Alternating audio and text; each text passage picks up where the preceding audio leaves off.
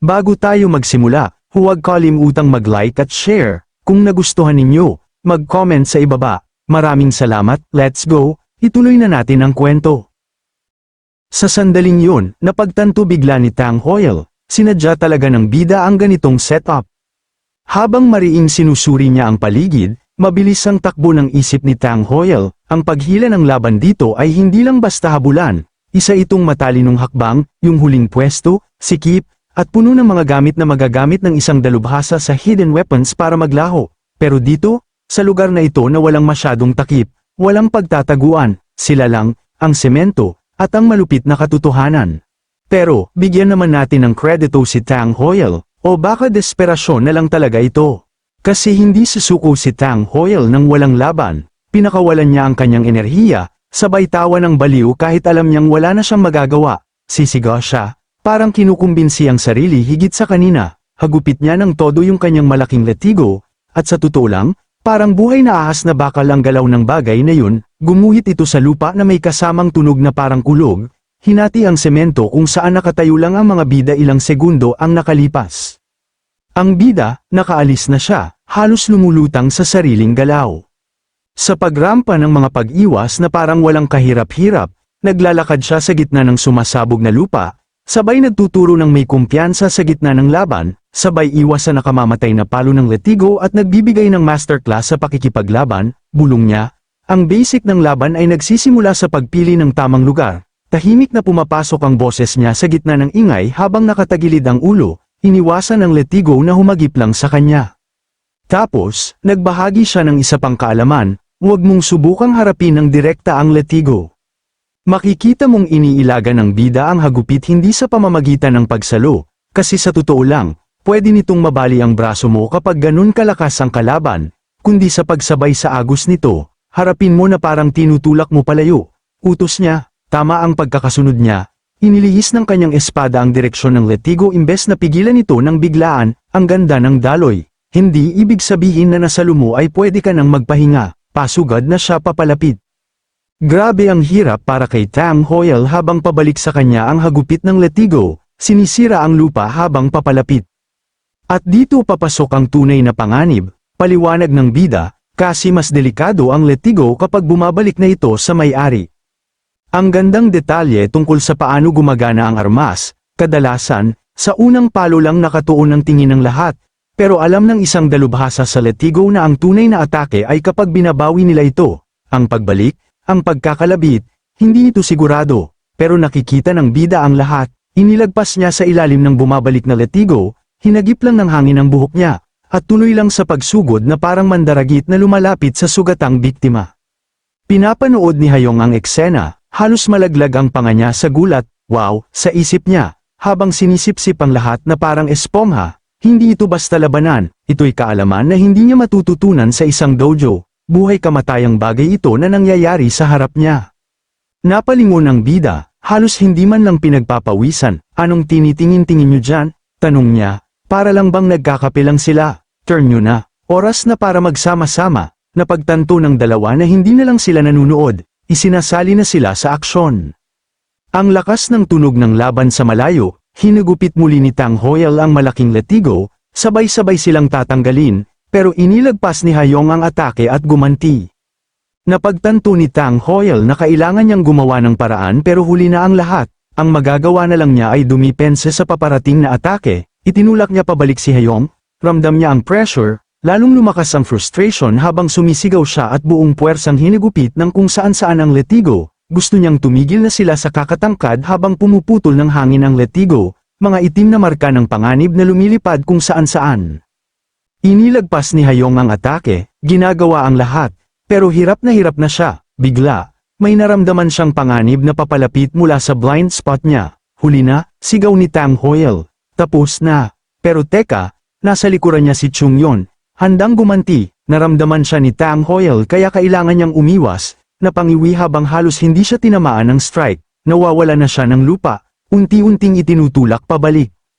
Napaisip si Tang Hoyle na sa tuwing itinutulak pabalik ang isa, agad-agad namang seisilakay ang isa, ginagamitan nila siya ng classic tag team tactic para mapagod siya, at walang tigil ito, yung isa, atake siya, depensa, yung isa naman, atake ulit, depensa ulit, wala siyang time makahinga, mag-isip, at lalong walang time mag-setup ng mga hidden weapons niya. Pero, master pa rin ito kahit traidor, alam niyang matatalo siya kung magpapatuloy ito. Kumalat ang nakakatakot ng ngiti sa labi niya, tumawa siya at sabi, akala niyo talaga gagana yung tag team na yan. Walang pag-asa, biglang nagbago ang paligid, lalong lumakas ang berdeng liwanag sa kanyang letigo. Sawang-sawa na siya sa kakapigil, ngayon, handa na siyang ilabas lahat. Sa harap ng sobrang lakas, umiyak kayo habang pinupunit ko kayo, iikot niya ang letigo, at hindi na ito basta pisikal na atake, gumawa ito ng napakalaking aipo-aipo ng berdeng enerhiya, para itong bagyo na tumama sa bakuran, ang lakas ng hangin, hindi na makagalaw sa takot sina Hayong at Chungyon habang papalapit sa kanila ang atake. Pero biglang, sumugod ang bida, hinablot niya si Chungyon, hinayla palayo sa ligtas na lugar kung saan tatamaan dapat siya ng letigo. Tapos, tumakbo siya papunta kay Hayong, ginabayan ang katawan nito gamit ang kanyang armas. Nagulat siya na naiwasan niya ang atake, napagtantong ang bida na naman ang nagligtas sa kanya. Mukhang nag-rage mode na si Tang Hoyle, Gina ngayon si Tang Hoyle, nagliliyab ang berdeng mata at kita ang ugat sa noo. Grabe ang inis niya at hindi makapaniwala, naiwasan nila ang atake, bago pa siya makaproseso, nakita na niyang sumusugod na sila papunta sa kanya. Gumaganti kahit sira na ang tindig nila, naiinis siya kasi may mali, may hindi tugma. Mas pinalakas pa niya ang kanyang whipstorm habang papalapit galing itaas si Chungyon. Samantala, hirap na nakikipaglaban si Tang Hoyle kay Hayong. Walang time bumagal, kaya iniwasan niya ang paparating na atake galing kay Chungyon, may napansin siya sa katawan ni Chungyon, mga sinulid, bigla, nagliwanagan ang isip niya, napagtanto niyang ang bida ang gumagabay sa kanila. Pero wala na siyang time mag-isip kasi nasa blind spot na niya ang bida, handa nang sumalakay, hindi nakapaghanda si Tang Hoyle, kaya malakas ang tama sa kanya habang sinusubukan niyang gumanti, pero lumundag palayo ang bida, iniwan siyang tuliro sa nangyari. Napalingon ang bida kay Tang Hoyle at sinabing, mukhang pagod ka na. Baka dahil na yan sa katandaan, biglang sumugod ang dalawang dalaga, tanggan ang kanilang espada, handa nang bigyan ng huling suntok. Pero imbes na matakot, lalong nagalit ang mukha ni Tang Hoyle. Pinindot niya ang buton sa hawakan ng kanyang letigo, at biglang may lumitaw na napakalaking berdeng aipo-aipo sa paligid niya, hinadlangan ang atake ng mga dalaga. Napasilong na lang ang bida sa lakas ng hangin, sinamantala ni Tang Hoyle ang sandali ng kalituhan at sumugod, halatang sawang-sawa na, sisiga siya na matapos na ang lahat, habang hinahagupit muli ang kanyang letigo. Pero hindi naman tatayong tanga lang ang bida, hinayla niya ang kanyang mga sinulid, sabay hatak sa dalawa palayo sa panganib.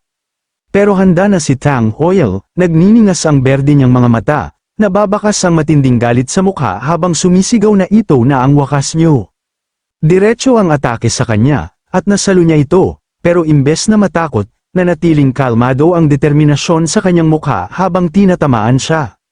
Isang malaking pagsabog ang naganap, sabay saboy ng alikabok at debris kung saan-saan, napasilong si Hayong, nanlalaki ang mata sa gulat habang sumisigaw para sa binata, umaasang ayos lang ito, nakatayo si Tang Hoyle, humihingal at nakatitig sa kaguluhan sa paligid, akala niya tapos na ang lahat, panalo na siya, sa wakas, naalis ko na ang tinik sa aking tagiliran, bulong niya, nagpaplano na ng pagtakas, kailangan ko nang tumakbo at mag-isip ng susunod, at akin na ang tagumpay. Pero may kakaiba siyang naramdaman, pagtingin niya sa baba, may mga sinulid na nakapulupot sa kanya, at biglang may isa na bumalot sa paa niya. Nawalan siya ng balanse, at bigla siyang dumulas at gamulong sa lupa ng napakabilis. Tapos, boom, sumalpok siya sa pader, napasigaw sa sobrang sakit, pero may mga sinulid na lumipad papalapit sa kanya, na lumikha ng malaking ulap ng usok at alikabok, habang kumakalat ang usok, lumitaw ang mga anino mula sa ulap, mga itim na sinulid, libu-libu, nakapulupot sa kanyang mga kamay, katawan, at leeg, nakabitin siya sa hangin, nakulong ng mga matatalim na alambre, nagpupumiglas siya. Ano to? Lumabas mula sa ulap na parang isang puwersa ng kalikasan ang bida. Walang galus, malinis ang damit, umaagos ang buhok.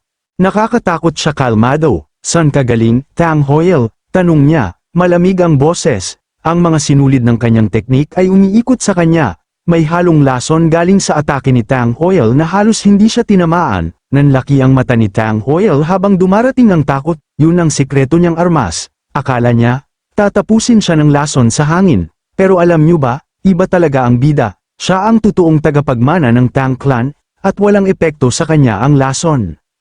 Napagtanto ni Tang Hoyle na hindi uubra ang puwersa at lason, kaya sa huling opsyon siya napunta, Ma'am Alamos. Nakiusap siya, ngayon lang, patawarin mo na ako. Tito mo ako, di ba? Patawarin kita, ha?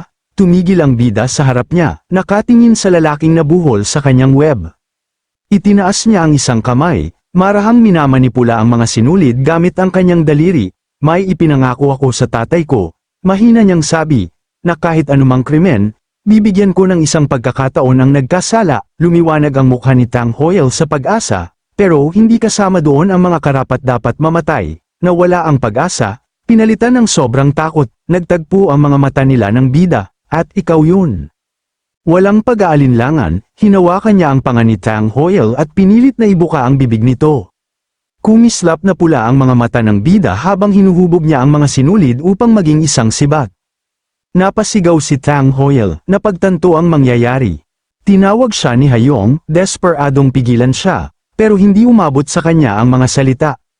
Nanlamig si Chung Yon sa kinatatayuan niya, gulat na gulat sa nasaksihan. Grabe ito, desidido, ito ang pagpatay sa isang traidor. Isusumpa kita. Narinig na mahinang sabi ni Tang Hoyle, humihina ang boses, kahit mapunta man ako sa impyerno, isusumpa kita mula doon. Tumigil ang hiyaw, lumaylay ang katawan, patay na si Tang Hoyle. Tumayo lang ang bida habang bumagsak ang katawan sa lupa, hindi siya mukhang matagumpay o masaya man lang.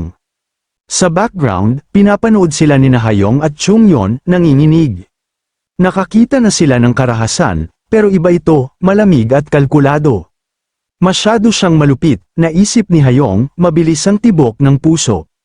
Baka mapagkamalan mo pa siyang isang bagay na mas madilim, parang alagad ng demonyo o psychopath.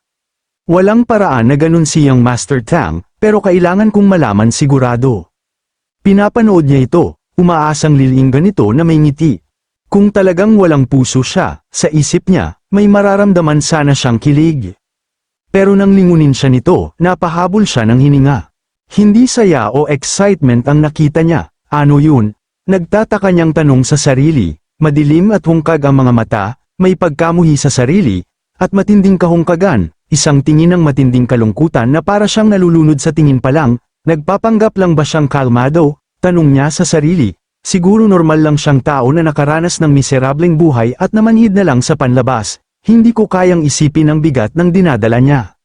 Dama ko ang tingin niya kay Hayong, at sa saglit na yun, nagtagpo ang kanilang mga mata, sabay hagod ng malamig na pangingilig sa likod ni Hayong, iba ang tingin nito sa kanya, parang may kinalaman sa kanya, napangiwi siya sa frustration, bakit niya ako tinitigan na parang kilala niya ako, at higit na nakakabahala. Bakit may masakit na ekspresyon sa mukha niya?